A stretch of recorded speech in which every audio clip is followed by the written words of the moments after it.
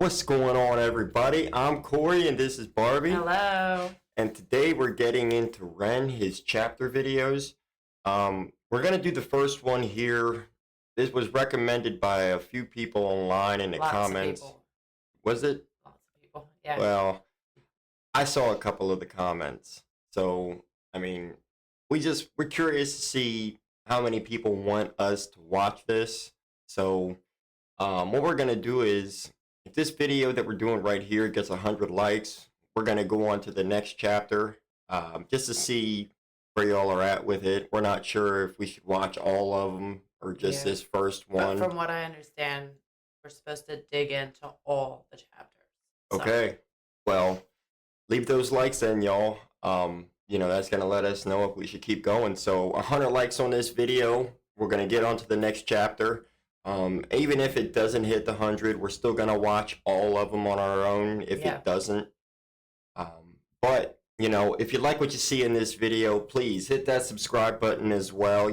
Show support to this channel and get over to Ren's channel, show support to his. absolutely. That's That's the main huge. reason we're here. Yeah, without him we wouldn't be doing this. Right. And also leave them comments. We love knowing what else we should react to, and I you love know, the suggestions. yeah, the suggestions are great. We got a whole list of songs we got to get to.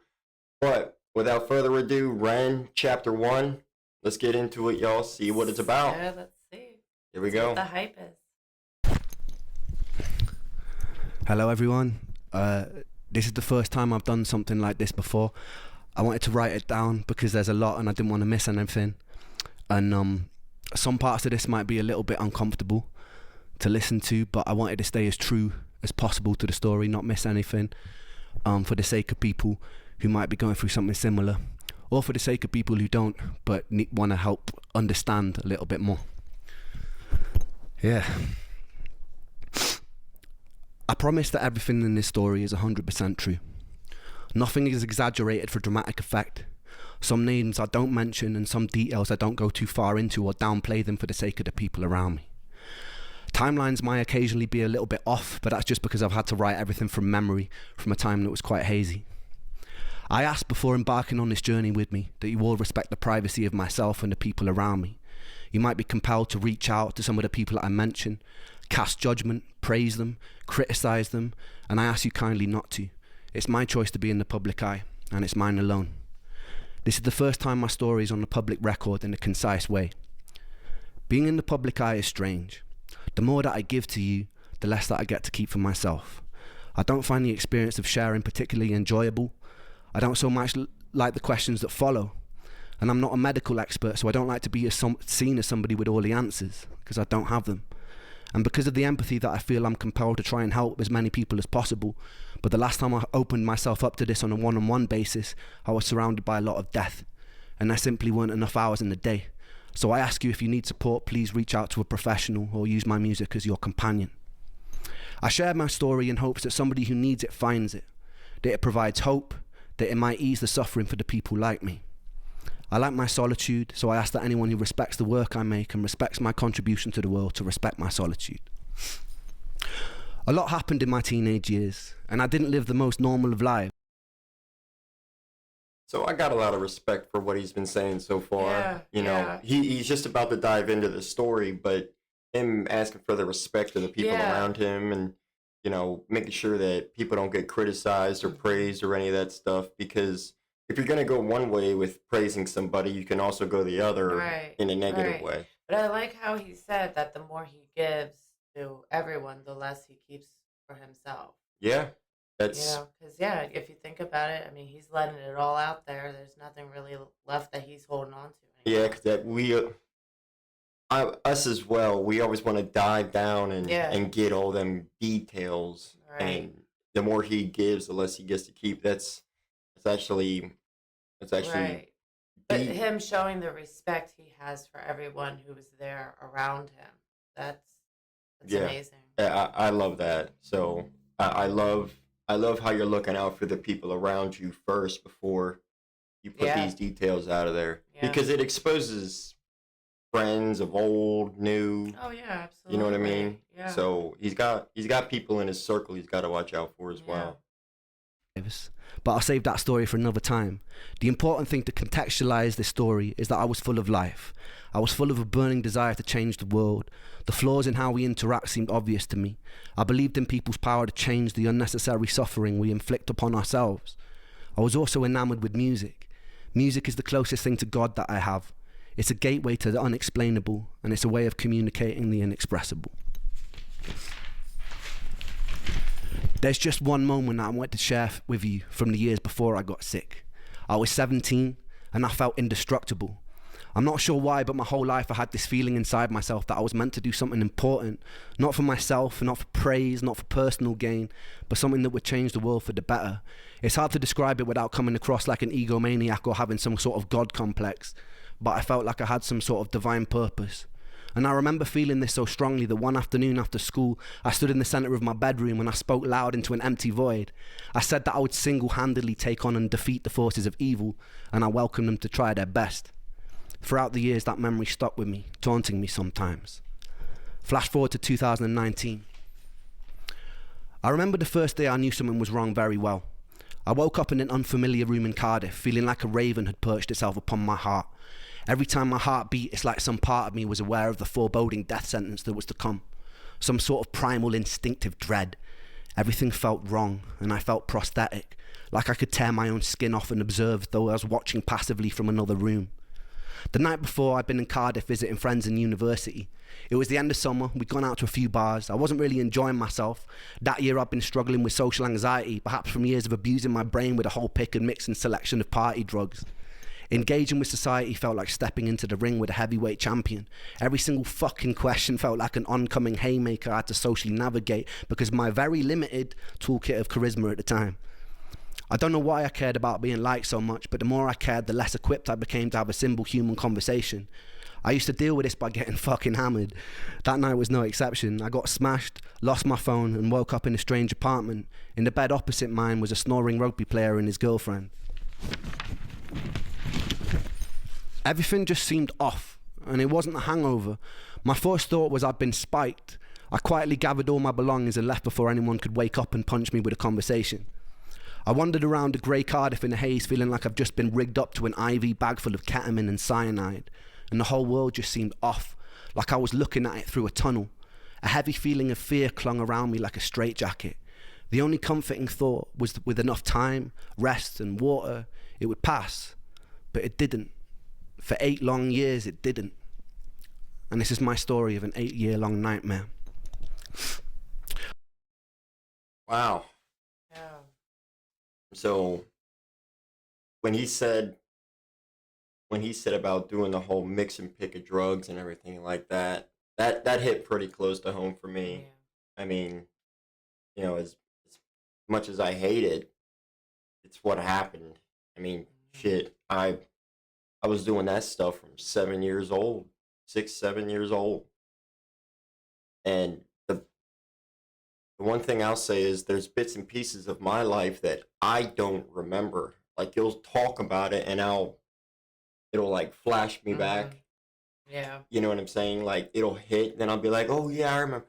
But as of right now, until that memory comes up, it's just it's a nothing. It's just a void until But you bring it up. to just creep up. Yeah. You know? I mean, he's thinking he's just hungover. Right. Or, the mixture of things that have been going on. So he's thinking it's just a bad day. Wake up, drink some water, eat some food, and you'll be and then getting on people with with it. that lifestyle, going through it, that's what they would chalk it up to. Like, Yeah, oh, well, I would you know? have. I would have been like, man, I just went too hard last night. Yeah, Or like or I he need said, to he take thought it he was easy, spiked. yeah, He thought he yeah. got roofied or something. Right, You know what I'm saying? Or he right. took a drug that he didn't know he took. Right. You don't think it's got to be something permanent. It's got to be something medical. Yeah, who would right. have known it was Wow. Lyme's disease and all that and other conditions that went along with it? Wow. Yeah. So, This is quite intriguing. yeah, it is. It is. It gets really in depth of Yeah. this. I like this. I like what he's doing here, and I like the drawing and the Well, animation yeah, and it and also stuff like gives you that. more of a backstory too. Like, I mean, I know his music, digs Right. into it, but this is just more It's more of an more in personal. depth. Yeah. Yeah, just more of an in depth, just like a one-on-one conversation and just hearing what he's saying. Right. I like this. Yeah. I returned back, and this is my story of an 8-year-long nightmare. 8 long years. I returned back to my dad's home. He was living with his partner at the time. It wasn't my home, so I already felt uncomfortable and out of place. These unusual symptoms persisted. I figured I'd caught some sort of virus and I'd get better with time, but by the end of the week things were a lot worse. I took myself to the doctor and he said he thought it sounded viral, that if I went home and got enough rest it would eventually pass. And it didn't. For 8 years it didn't. I returned for my second year of university. My brain was full of fog and my body felt poisoned. There were intermittent days where I felt like a hollow suit of skin. I'd sit in lectures unable to focus and was devoid of any sort of personality. I'd be able to have basic conversations, yeses and nos, but I was stripped of the ability to think spontaneously. It's like my body was taking up so much processing power being sick that I could not have original or spontaneous thought. Wow. The most peculiar thing about this was there was a me that was aware that this was all happening and was observing it from outside of myself, locked out, screaming silently, banging on the walls of my mind to be let in, and never successfully. And nonetheless, there I was, like a ghost haunting myself.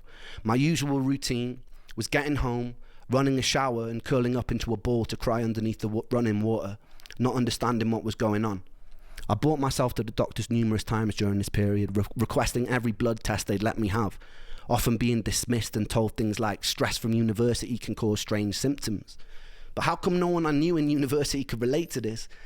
Eventually I was put on a 6-month-long waiting list to see a mental health specialist who did a short 1-page questionnaire and wrongly diagnosed me as hypercycling bipolar and put me on a course of citalopram. After a few weeks it stole my ability to sleep. I was told to stick it out and it would level out and eventually I'd feel more like myself. I stuck it out and I got worse and I pulled myself off it after 2 weeks in a row of sleepless nights and insomnia.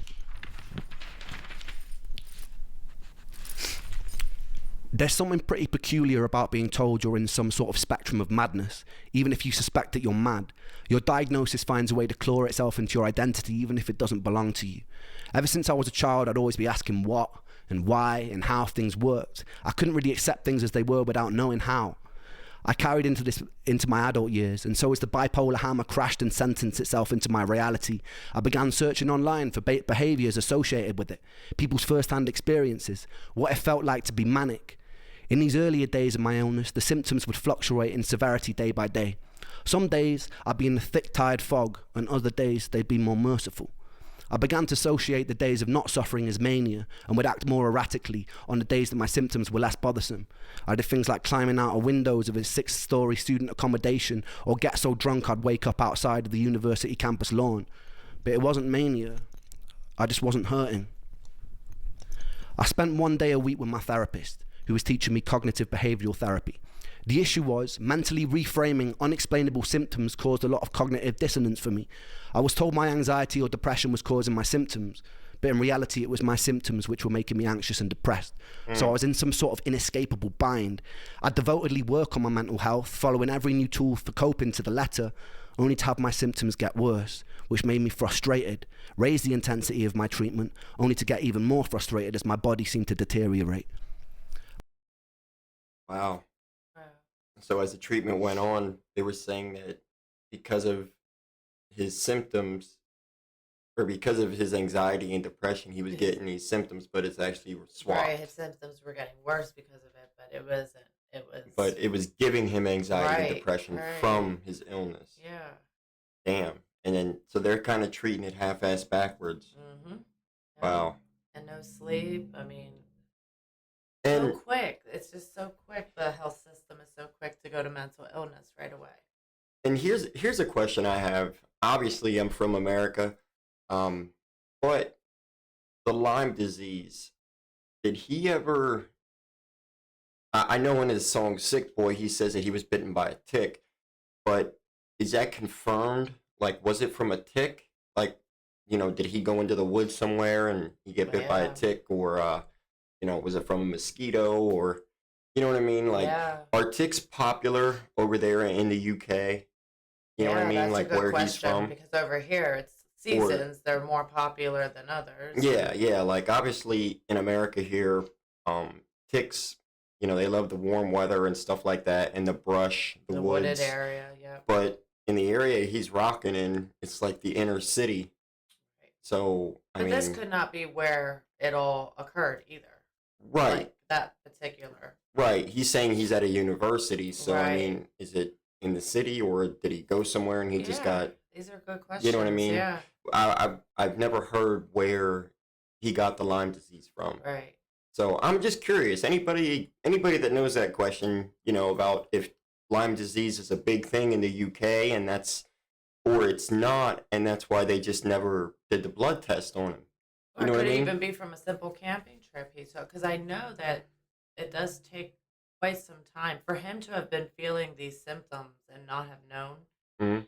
He had to have contracted that for quite a bit of time because I know it takes a bit of time for the symptoms to surface Right. when left go. Yeah.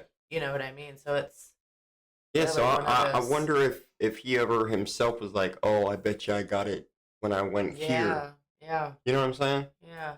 So it's just It's an a interesting question. yeah, just a question, you know. So if anybody out there watching this knows, please drop that comment and let us know what y'all think. Yeah.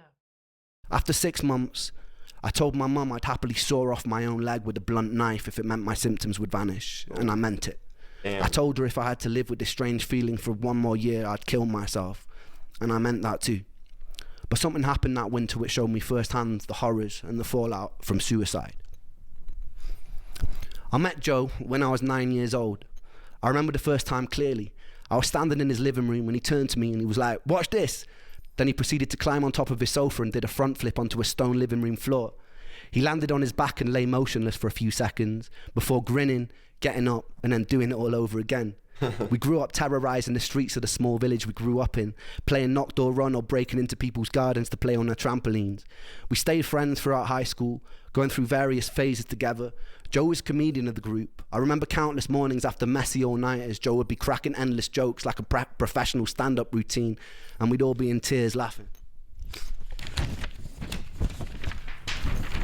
When I started writing my first songs, Joe and Sega were the first people who always knew every word, and they would sing along at the top of their lungs. They gave me a lot of self-belief, and they helped me build the foundation of what I do today, and I owe them a lot for that. That Christmas, I came back home to Wales from university. On Christmas Eve, me and Joe were sat in a pub, and he turned to me, and he told me that he'd fantasized about walking into the sea until he was totally submerged. He had a pretty morbid sense of humour, so I didn't really take him as seriously as I should have. 2 days later, it's 3 a.m, and I get a phone call. It's my friend Ella. She tells me that Joe is on the bridge by my house.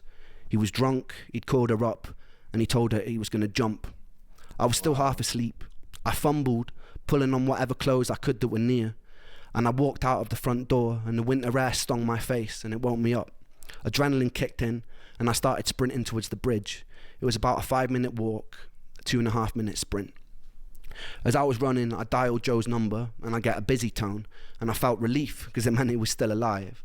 I kept hitting redial as I ran, and as I got about halfway to the bridge, the busy tone changes. I get an automated voice note saying the number's out of service, and my heart sunk. I got to the suspension bridge that connects Anglesey to the mainland, and it usually looks very beautiful. I sprint up and down the bridge yelling Joe's name, and silence, and it's deafening. And I peer over the bridge into the blackness, and the bridge sits about 100 feet above the water. Hitting cold water at that height is like smashing into concrete. And the waters are notoriously dangerous because of the cross current. I hear nothing, no sounds, nothing. I run up and down the bridge about 2 times before I spot a figure at the end of it, and my heart jumps into my throat, and I run towards the figure, and it's my friend Ricky who's had the same call, and we both run around up and down the bridge and around the surrounding area looking for Joe. More of his friends eventually arrive, and there's nothing. I was about a minute too late. We spent the next week walking up and down beaches with flashlights, and when it's that dark, every other large rock starts to look like a washed up body.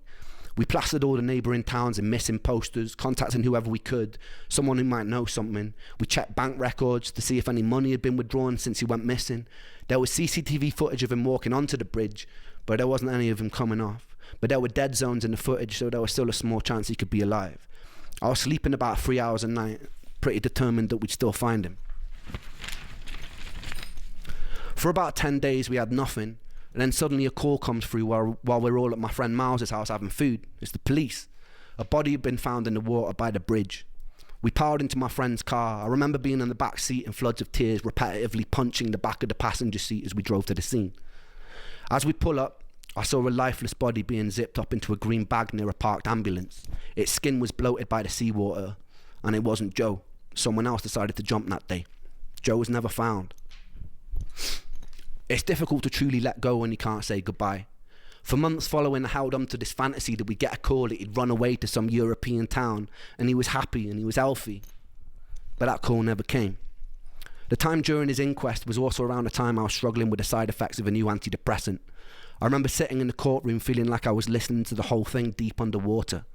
The judge felt the circumstances surrounding Joe's death didn't mean the judge felt that the circumstances surrounding Joe's death meant that the verdict was left open. It kind of stung even more to not have an official ruling of suicide. I remember going to visit his mum not long after and witnessing the aftermath of a mother grieving for her baby boy. The silence of his father, the tears of his mother. I decided that day that I'd have to wait until my illness killed me because I couldn't do it by choice. I couldn't put my family through that. Over the next 10 years, I returned to my hometown, only a handful of times following Joe's death. My last visit was in the summer of last year. I reconnected with Joe's parents and showed them a song that I'd written, simply entitled For Joe. We cried together, reminisced together, joked, and I'm proud to say that I gave Joe's mum enough money to afford a caravan she told me she'd been saving up for. That felt pretty good. We'd also do a fundraiser for the Royal National Lifeboat Institution, who were integral for searching for Joe during that time, and we raised a pretty good amount of money too. Being able to give back in whatever small way I could felt good, and it felt right for all the years Joe had made us all laugh till it hurt. He was a solid person, just a little lost, as we all are sometimes. And I miss him.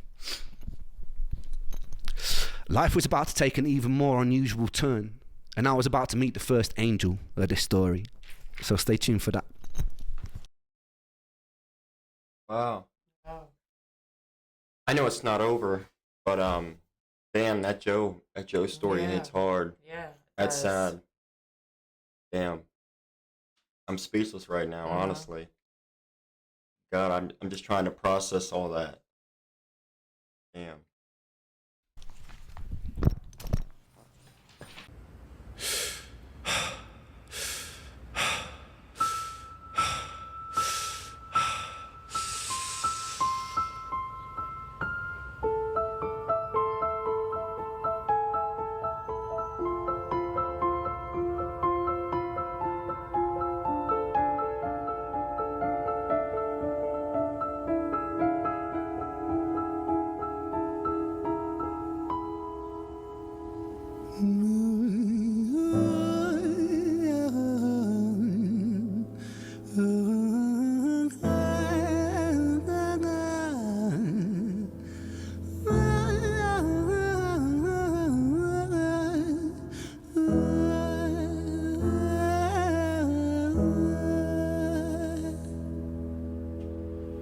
It's hard to take off from the ground when your wings are cut. Your stomach burns when you're drinking from an empty cup.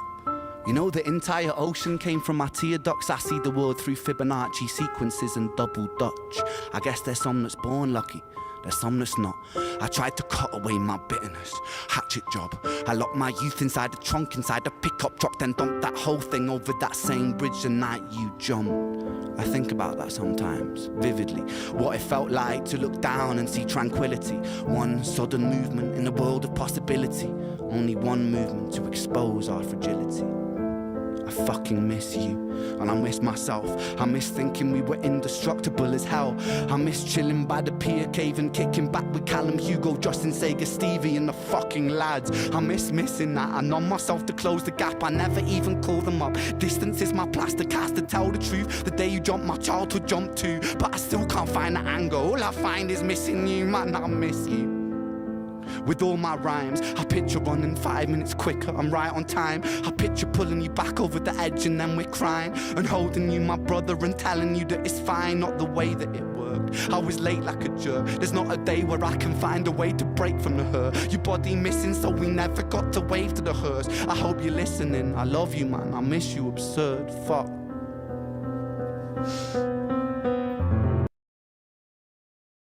Okay, so that's a really deep song right there. Yeah. Let's deep Nobody, as nobody shit. warned us about that. Yeah. Yeah, the chapter's Heads hitting up. hard and the song's hitting harder. Oh man. I mean, let's face it, we all have somebody we miss. Yeah. You know? Yeah. And the one bar in that song, I miss missing you. You know, that bar, you know, you can say that you miss somebody, but he misses the thought of missing them because when you say you miss somebody, like his friend shouldn't have passed on and took his own life, but he misses missing him because now he knows he's not there, so he doesn't. Right. You get what I'm saying? It's a bar in the way of I miss missing you because he knows now he can't miss him. Right. Right. You know what I mean? That's anybody out there in the world, you know, having problems, please, like you said in the video, get yourself some help. Reach Um, out. you know, get some professional help. Do what you can. Um, the system doesn't fail everybody, so hopefully your story can be a positive one, and you can be an outcome like this. It doesn't have to always end up in the worst way. Negative, right? Miss you, absurd fuck.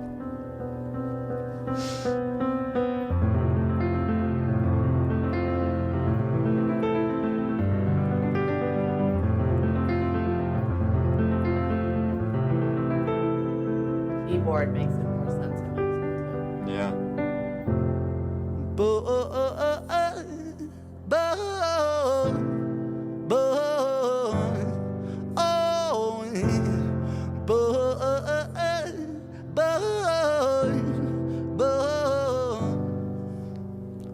Another domino, it falls. Across the way another's born. How you're supposed to raise a child and give it courage from a storm. In a world that is confusing, contradictions pave our flaws. Some will say we're only human, others judge us for our flaws. Some get born in sheets of satin, some get by in tattered clothes. Some will die before they live, that's just how the story goes. But for those of us still with us, who reside inside our hearts, tell them proudly how you feel. And for those of us who aren't, freckled angels stand strong, freckled angels live on, freckled angels climb higher, freckled angels still inspire, freckled angels won't forget you, teach me to live my life better. 13 years and still I miss you, now my wings are missing feather, otherwise I'd come and join you. But for now I'm here on earth, stuck inside this mortal body, but for everything it's worth. Made me braver, made me wiser, made me stronger, made me true, made me face the world with courage, and that's all because of you.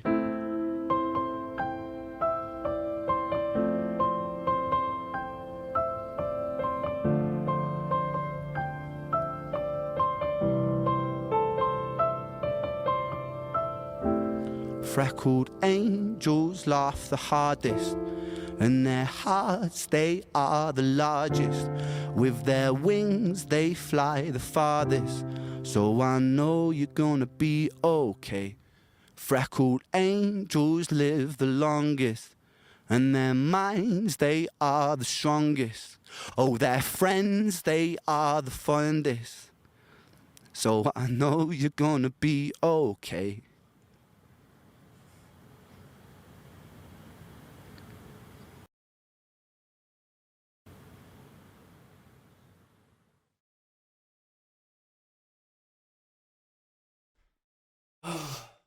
I was not expecting it to be that deep. No. No. Trying to take a second here.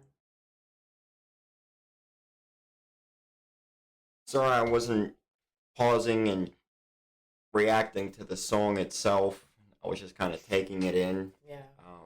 Obviously, we just heard the song for Joe. That was on our list. That was a beautiful song about the memories and the sad incident of what Joe went through. Um, you know, it makes me think of Sam Oh yeah. from work. Sam. Long story short, guy from work, I knew him for 8 months. He was going through some family trauma with his mom and Well, I a think brother he or also something like was that. going through some mental illness because of the trauma that he Yeah, was going through at home yeah. too. And uh, the one guy from the second shift department, he was like a brother to him. They worked together for almost 2 years. They got really close. And one night, Sam just took his own life. Um, he didn't really leave a note. He just did it, and that was it. And it was the most unexpected thing. The guy who was like a brother to him, he broke down. He's still to this day trying to deal with it. It Uh, leaves you with so many questions and so many thoughts and yeah, I mean, he never would have thought that he was going to be that way, and he didn't know. He he didn't wished know the he knew. severity of the situation. Yeah, he didn't think it was all that. So that's why I say anybody that has these types of problems, please, you Or gotta anybody reach. just even making a simple comment to, Yeah, it's you know, if you're going through something, you gotta tell somebody, you gotta reach out to somebody in any way. Be like, hey, I'm thinking of this, like, but the people listening also have to take that into account of how to judge that because, like Ren said, this he said he felt like walking into the ocean yeah. and just And until he but that's another submerged. good thing too. Like as like a friend, you need to really tune in and listen because when you're friends with somebody, a good friend, you know their personality, you know how they act. So when they say something out of, you Out of know, character. yeah, so that's when you need to start. Okay, this isn't like them. Like there could Yeah, be something going on. Let's dig in a little bit more and see what yeah. Unfortunately, all you can really do is just ask, and right, if they're not willing to open up about it per se, right, and now Ren's stuck there feeling like, could I have done more? Could I have ran to the right, bridge faster? right. So there's a lot of variables that he's thinking in his mind that he could have done to try and stop this. And honestly, could you have ever stopped it? Right, You know what I'm saying? right. It's this And whole that would always be a question too. You yeah, know what I mean? No yeah. matter what. So no matter what, there's just questions, no answers in a situation like this. It's Yeah, sad. yeah. It's completely sad. So Devastating. yeah, Ren, I got a lot of respect for you putting this story out there. Absolutely. And there's 7 more to go. Yeah. So I mean, this hit hard. I I mean, was I could feel it wasn't easy for him. well, I mean, no, this was very challenging. absolutely not. Right, right. I got a lot of respect for you putting this whole story out there. And like I said in the beginning, uh, if this video hits 100 likes, I'm gonna go on to the second part. I'm not sure if people are interested in watching this with us or if If this is something that they just recommended that yeah, we take on yeah, ourselves like just to dig in a little bit more. right, just to get more of a backstory. So please, if you like what you saw, leave them likes. That'll let us know to keep going. If we don't hit it, we're still gonna watch the other chapters on our own. So either way, we're gonna get that information and see what all the chapters are about. Oh, But yeah. this hit hard. I Yeah. just was not ready for that. No. You know what No. I'm saying? I just Nope. was not mentally prepared for it to be No. like that. Or Tearing up and emotionally. everything. No. Yeah.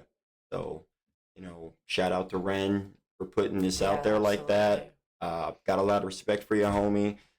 Rest in peace to Joe. What a sad story. Make sure you get over to Ren's page and show that support, just like Joe did for Ren in the earlier days. I was listening to his songs, knowing all the lyrics. One of the Yeah. first ones. That's cool to know you have Yeah. friends around you like Yeah. that. That's a true friend right there. Yeah. So, but until we see you on the next video, peace out, everybody, and y'all have a great day. Bye, y'all.